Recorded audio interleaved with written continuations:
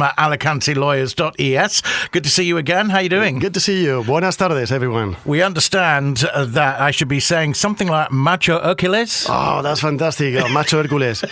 We were so This is happy. your football team, yes? Well, my football team, I'm vice president of a football team. And we were really in a bad situation on this category that we were in second ref is like 4th division. And well, we are in the first, we call it ref, it's RFEF, which is really 3rd division, but it's really a very attractive division on terms of football, on terms of quality, in terms of fans, on terms of historic teams, like Hercules is one of them. And what's the money? Is the money better than now you've gone up a division? It's a lot better. A lot better. Obviously, the cost has increased. We have made right now how is going to be the tickets for the season on a yearly. Obviously, we have increased the tickets because obviously the costs are going to increase, and people understand that. Attract better players in this division. Yeah, notice that the latest game that we had, which was a couple of weeks ago, we attract like 28,000 people. 28,000, and my opinion was like we could have like 50,000 if we wanted to. Let's talk about the tax system and the tax implications that are expected right now. Which taxes are we meant to be putting together? Well, at this time right now, obviously, if you are resident in Spain, if you were resident last year, 2023, even if you became, for example, tax resident or resident, let's say at the end of 2022, when 2022 you are non-resident for tax reasons, so you are a resident and tax resident for 2023, you have to declare and pay maybe your worldwide income in Spain, accordingly to the double taxation treaties. For example, you have an income from a pension that you are receiving, for example, from UK, we need to check if it's a private pension, so it should be paid in Spain and declared in Spain, or if a state pension that should be paid in Spain, or maybe it's a civil servant pension on old age pension that should be paid and taxed also in the UK in these cases, as the double taxation treaty between Spain and UK. So the agreement is that you don't pay twice. Exactly. At the end, it's yes, it conducts you, guide you where to pay, but don't pay twice. So if you've been living in Spain for the past year, whether you've been earning or not, you should be filling out the form for this. Sorry? If for the income from the last year, yeah. Whether you've been working or if you haven't exactly. been working. It doesn't matter. I mean, just income, pure income. It's not. Then we also are in the season of a wealth tax, because in this region, in Valencia region, Comunidad Valenciana, it's still compulsory to declare and pay wealth tax. Wealth taxes means that if you own assets, let's say over 500,000 euros, and where is not included your permanent home up to 300,000 euros individually, I mean, each person has more than 500,000 euros, without counting investment on property where you live, then wealth tax arises to be paid. And it is announced by the new political party from last year that is going to be eliminated. Okay. And well, that's good news. Which means that, but they still have not done it. We hope that at the end of this year, they will say, okay, perfect, 2024 will be the last year. 2025 will not be compulsory to declare and pay. They already announced about the inheritance tax to be reduced drastically, 99%. Do we know when and exactly? They did it. No, they did it. They did it immediately. They did it from last year, from May last year. And now, obviously, the taxes between spouses and children, first grade family members, is nothing. I mean, it's absolutely minimum, yeah. This is quite good news, isn't it, for the Valencian community as a whole, because it attracts people from elsewhere to come and work here. Yeah. I mean, wealth tax, we've been in the last years, like we'll say, like 10 years, having appointments with clients that wanted to come to this area, but wealth tax was compulsory. And those who have a lot of assets, obviously, and I understand why they have to pay something that they have already paid, why they have to pay taxes for something that they own without any income. It obviously is connected with the income tax. If you have a lot of assets but you don't have income, then the wealth tax could be reduced 80%. So there are some connection between wealth tax and income tax. But there are some regions that wealth tax was eliminated, like Madrid and like Andalusia. And you've seen an increase in people moving there? Exactly. Yeah. And Madrid, for example, has attracted a lot of, let's say, rich people from Spain that were living maybe in Valencia, were living maybe in Seville, were living maybe in Barcelona or north of Spain. And after that was also approved by Andalusia. So people always say Seville, Malaga, Cádiz, that area, Marbella, all that area right now is. It was always quite rich, wasn't it, that area of Andalusia? But, Catalonia also is known for having quite a lot of money, but people have been moving from there to these other because of this independence issue that they are being required. Yeah, it was a little bit up in the air, wasn't it? In fact, still is, obviously. Yeah, still is. Yeah, it's been some years about that. It settled down a little bit with the recent situation. We were talking about this before we came on air, about the fact that there is an amnesty for some of those that were wrapped up in that independence declaration. But, of course, there are lots of people who are not being offered an amnesty in that, and that includes a number of people like, say, perhaps the Mossos de Squadra who were involved in, caught up in it, and there isn't an amnesty for them, but there is for the politicians. There's no amnesty, and this is one of the reasons why many media really is against all this, and many people is against this, and why they have to make an amnesty is like making a glove in their favor. One person. Yeah, some persons. Some other ones went to jail already. Indeed. And then the other ones who went to jail say, why I had to go to jail defending these principles, and now you don't. And because and why the government wants to do that in order to get these 7 votes, because it's 7 votes in order to that they need get to some increase retain in the power. Congress. Because if the government, and this is one of the questions that we made, if you didn't need that 7 votes, would you do it? And the answer is no. Of course. So it's not really a big principle, an argument in order to do it. But given the recent political events and the way that things have worked out, things seem to be a bit calmer in Catalonia now. So perhaps maybe not as many people moving. What about people from abroad, though, being enticed by some of these tax and fiscal offers by the regions? Yeah, I mean, Catalonia and Barcelona specifically has been a cosmopolitan, a spectacular city in the world, well known in the world, and probably Madrid is right now increasing and getting place on this. But obviously, taxes, and whenever someone wants to move, right now we're in a period of time that many people can work at home with a computer, with a telephone. Yes, since COVID, of course, all of that, getting used to working at home, we're seeing it happen a lot more, aren't we? Spain is attracting a lot of people, people from companies, and also someone who applies, is just working self-employment, or wants just to work. I'm an employee of a company in Canada, I'm an employee of a company in China, I'm a company, and I want to, because I could work in Spain, I just move. Well, the good thing as well, remotely. The good thing is as well for these remote workers is that they retain that same wage. So whether they're from North America, whether they're from Northern Europe, the wages are still a lot more than they are in this area. Yeah, and they have the possibility, the faculty, to get like a special tax regime, which is a flat fee of 24% of a salary, without any taxes regarding dividends, interests, capital gains at all. That's all you have to pay. Just 24% of the salary that you may get. So in many cases, if you get a good salary, it will be less than maybe what you paid in your home country, because you will be receiving the gross amount, and then you just pay 24% flat fee in Spain. So in many, and also if the cost of living is less, and you are able to enjoy in gastronomy, and you can choose, one of the regions. It has a lot of benefits, yes, and also you can bring your family. It has a lot of issues about the Nomad visa. The Nomad visa we've been hearing about in the news again, Pedro, and what we've been hearing is that it's going to stop, but it's not stopping anytime soon, is it? No. Nomad visa is obviously brand new, and is right now the bureaucracy that we have right now because of maybe sometimes there needs to be inscribed the company into the Spanish system because there is no convention between Spain and some other countries, or the activity about the employee needs to be updated into the, let's say, the system, a public system. So there's some bureaucracy that right now is being amended and is being getting through in order to, because it is supposed that whenever you make an application, it is like 10-20 days to get a positive or negative resolution. But right now it's taking months. So the Nomad visa is the one that's staying. It's my mistake. The Golden visa is the one that might go. We'll talk about that in a moment. That's right. Go ahead with the Nomad. And the Nomad visa is really brand new from now.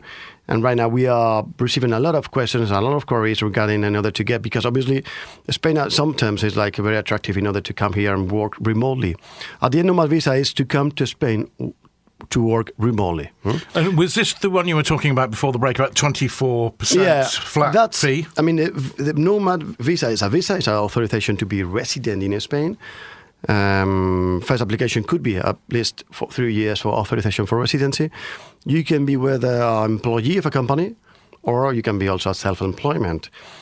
And if you're an employee of a company, obviously we need to show at the end you have a salary with the company exists more than 1 year, you have been working more than 3 months, which is a very soft requirements.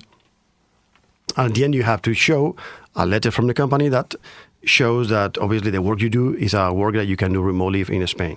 Authorization from the company to come here to Spain to work on that job.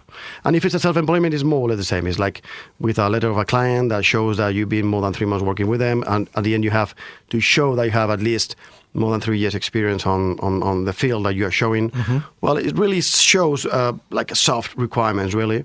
And you need to show a minimum of 2,400 euros per month income, salary. It's not, you don't have to show savings.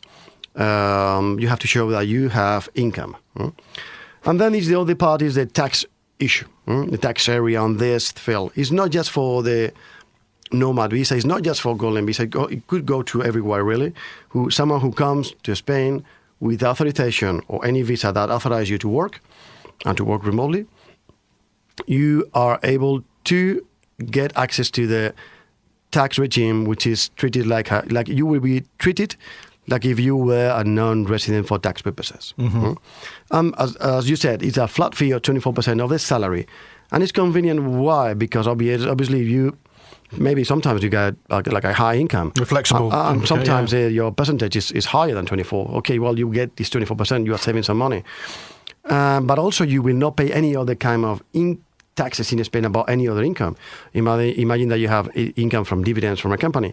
Imagine that you have income from any other investments, and other property, perhaps, or a 401k or wherever you withdraw while you do capital gain interests. You will not be paying taxes in Spain about that. You will be paying taxes in the home country, or maybe not. I don't know. But not in Spain. Spain will just be salary. Sounds like quite a decent deal, isn't it? It's going to fit some people and perhaps not others, though. Exactly. This is why it's good. I mean, in many occasions, it's good. In many occasions. This is why it's good to prevent. And this is what we do. We make a lot of appointments, a lot of simulations with people that intend to apply for Nomad visa or maybe Golden visa. And we will speak about that later. We will.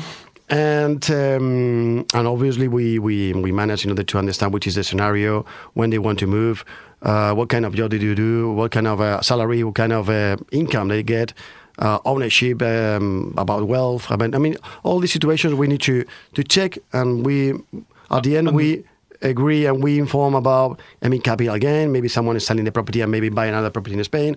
All these situations is good to prevent. And lots of people have different situations, of course, don't they? And we were talking during the break there that there are some horror stories. People who perhaps don't do, what they should do is look at the situation first before moving and before jumping, because you can lose out. You had an example of somebody who just recently did. Just recently. I mean, this is someone became first appointment now. He's been sometimes a resident last year, and obviously someone who came to Spain and understood that it was a resident. He wanted to buy a property. They withdraw some money from an investment, and they bought the property. Okay, well, and paid some money in this case from the US. But obviously, if you withdraw a lot of money, in this case, a lot of money to buy a property, in that case, and that year, then whenever he did it, it was a tax resident. Obviously, it inputs into the income. So, and when you withdraw, I'm going to put an example, 350,000 euros income. You can imagine that it goes from, in Spain goes from 19% to 40%. It goes to, the tax rate was absolutely crazy. Absolutely crazy. And whenever you do not pay like 120,000 euros tax, you don't do that. It's criminal. It's like ouch. Yeah, exactly. And obviously, the bad point really here is that he could have prevent that before 3, 4, 5 months before he moved to Spain. Do that. So some planning before you move, and think about what could happen. You could save quite a lot of money by just having one appointment to work out when the best time to do everything is. People, this is what we struggle in order to inform people, in order to say, but this is the scenario. Then you decide. This is the scenario that if you do this is what will happen. If you don't do this will happen. But what we want people to understand, what will be the scenario whenever they move. Obviously, we don't have a crystal ball. I don't know what will happen next year, what is going to agree or rule, whatever. But more or less is going to be the same. But certainly some planning could save you, like you say, Exactly. in that particular situation, quite a lot of money, and prevent you being taxed where you withdraw the money from, and when you come to Spain. So yeah, that's quite an important thing. So really, the best thing is before moving, always check out the situation, your situation, and what you could go into. So and also, I guess then you're also looking at people's own individual circumstances and working out then whether a Nomad visa is right or whether a golden visa might be better. And tell us a little bit more about the golden visa, because this is the one I mentioned that we've been hearing quite a lot about, that it's finishing, but it doesn't look like it is anytime soon. And they're still going through, and they go through very quickly as well. Yeah. Well, but this is another example that we had, I think it was yesterday, appointment. I mean, some other wants to buy a property over 500,000 euros, but they still need to sell a property in this case in the UK. And through that time, but they want to move. I suggested I make some questions regarding that, and then I understood that they could apply for a Nomad visa. And maybe, obviously, if someone thinks about, I'm going to buy a property of more than 500,000 euros, but what if they find something of 400,000 euros? Because it could happen. I mean, it doesn't reach the magic number. Well, exactly. I mean, what if you negotiate? Because I always recommend to clients whenever they're going to buy property, try to negotiate. Always the price. And golden visa right now, it was announced some weeks, probably a month ago, that it was going to be eliminated, but obviously it's going to take a lot of time. The reason, and I will explain it briefly, the reason why the president, Pedro Sánchez, he announced that he was going to eliminate it, they understood it's affecting to the young people to have access to buy properties. Well, let me give you a number. On 640,000 transactions that are in Spain per year, 0.1% of them are included in the golden visa. And of those 0.1% that are included to apply for golden visa, 90% of them are properties which are over 500,000 euros. Because on the golden visa, you can buy one property of 500,000 euros, but you can also buy 3 properties of 200,000 euros included. But most of the properties that are included in the golden visa are over 500,000 euros. So it's a very small percentage. Young people do not access the first house to that. So it's going to... Pedro Sánchez has instructed right now the Ministry of House, let's say is Ministerio de Vivienda. I don't know how to translate that. Housing Ministry. And, I never think that he's going to say that it's affecting to young people to have access to property, but we'll wait. Now, the British Embassy just recently were talking about the TIE card. It was something that I thought perhaps pretty much everybody had done, but according to them, there are still quite a lot of people who haven't changed their green residency. Initially, it was said that you didn't have to, don't worry about it too much, but there's a new electronic entry system coming in at the airports at some point. We still don't have an exact date, but they are saying that really you need to change it from the green one to this TIE, which initially there were a lot of stories about how difficult it was to get that card sorted out. But I think it's eased up somewhat. Yeah, I mean, it's something that we've been recommending from the very first beginning. Obviously, it's something that you identify yourself. Obviously, it's more control, but at the beginning, you didn't need it. Obviously, when you show that you are residents, is perfect. But obviously, I understand, the systems and administration and what they want to, in some terms of control, check who is here, who is not, about this. Obviously, it's identification card. I mean, obviously, the administration in the UK is saying that obviously something that it's been in the last years. It's been a lot of people applying for, but we understand it's a lot that it still has not applied for, and we have a lot of in these cases to prove that you've been here in Spain in order to apply for that. Is something that obviously is getting more and more time, so it's getting more difficult. It's longer, yeah. And and sometimes we have had some difficulties. We need to appeal. I have to say that we have won all the cases. At the end, we win. That's interesting, isn't it? Because my own situation, it took a few times before them to agree on everything that we told them. I mean, this is a few years ago when it first came out. We had to do it. Obviously, I was quite worried about this. But generally, the idea was, well, don't worry about it. We'll put it back in again. And even if it gets rejected, we'll put it back in again and see what happens. Right, actually, twice mine was. And for no apparent reason. But eventually it does happen. Yeah, sometimes obviously it's a good strategy. I mean, sometimes documents are not correct. Probably something is being attached is not correct about insurance or whatever it is, about proving that you were here. I mean, health insurance tends to be one that seems to come up, doesn't it? That you perhaps haven't had health insurance for long enough. That's right. They say it's a compulsory. And well, sometimes it's before you make an appeal, whatever it is. I mean, just check about the documents and apply again. We've done it sometimes and with some clients, and it's okay. Yeah. And it's straightforward. I think Ignacio was telling me that you do have some contacts as well, that if somebody's perhaps lost, and I know a number of people have, lost their green original residency, that actually now you do have contacts who can perhaps trace somebody through their NIE if they don't have that green paperwork anymore. Absolutely. It's possible now. It's possible. No worries about that. Yes, absolutely. I mean, at the end, it's obviously at the end, in those specific occasions that obviously someone has to prove that he's been living here, and before, in this case, before 2020. I mean, it's something that if something is lost, obviously we can get back to that. I mean, immigration offices right now, everything is, let's say, electronically, the database is okay. We can have access to all of that. Yeah. Does it still take quite a bit of time to get the TIE through? Yeah. But appointments right now, we have Connie, which is a fantastic staff. She's looking for appointments and looking for in order to, but it's taking around, let's say, about between 2 weeks, 1 month, in order to make the appointment. Once you have a positive resolution, that's not too bad, actually. Though, actually, it was quite a lot longer. No, in the past. In the past, it's been more, or it's been a lot more. I mean, it depends. I mean, I've said that, but it depends really on the time. Maybe right now it's increase the delayment, or maybe increase it. But is it getting that time? Then, of course, we'll be coming up to August as well, where things go a bit quiet. So, that's right. But at least it's a bit quicker than it was, and there are options for people who perhaps have mislaid that green original residency. And if you can't find it, you can still perhaps get yourself sorted by talking to Pellicer and Heredia. You can Google, as always, Alicante Lawyers, all one word, .es, and find out more about that. And indeed, any of the other things we've been talking about. And if you haven't sorted your tax, get it done. It needs to be sorted. Good to talk to you. Thank you very much indeed. Thank you. And we'll talk to you too. Catch up again soon. Take care, Pedro. Thank you.